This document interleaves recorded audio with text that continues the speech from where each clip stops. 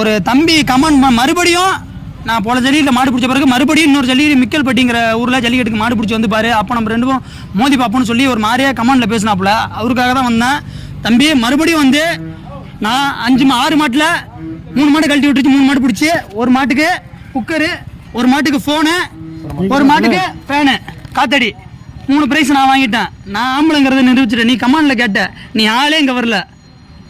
அப்போ யார் ஆம்பளை? நீ ஆளா நாங்கள் ஆளா? நீ சொன்ன மாதிரி நாங்கள் வந்துட்டோம். தைரியமாக இருந்தால் நீ வா, நாங்கள் எதுக்கும் துணிஞ்சவங்க, நாங்கள் வருவோம். தைரியமாக இருந்தால் நீ வந்து பிடி எங்கள்கிட்ட. இப்போ புதுக்கோட்டையில் வந்து புகழ்பெற்ற எஸ்ஐ அனுராதா மாடு போலீஸ் ஒரு மாடு வந்துச்சு.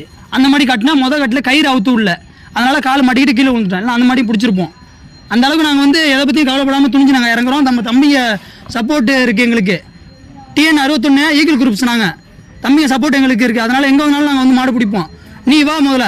ஏன்னா நான் எல்லாரையும் சொல்ல வரல, உன்னை குறிப்பிட்டு தான் சொல்கிறேன். நீ தான் எங்கள்கிட்ட கேட்ட. நீ வா, எங்கே வேணாலும் நம்ம பார்த்துப்போம். சரியா?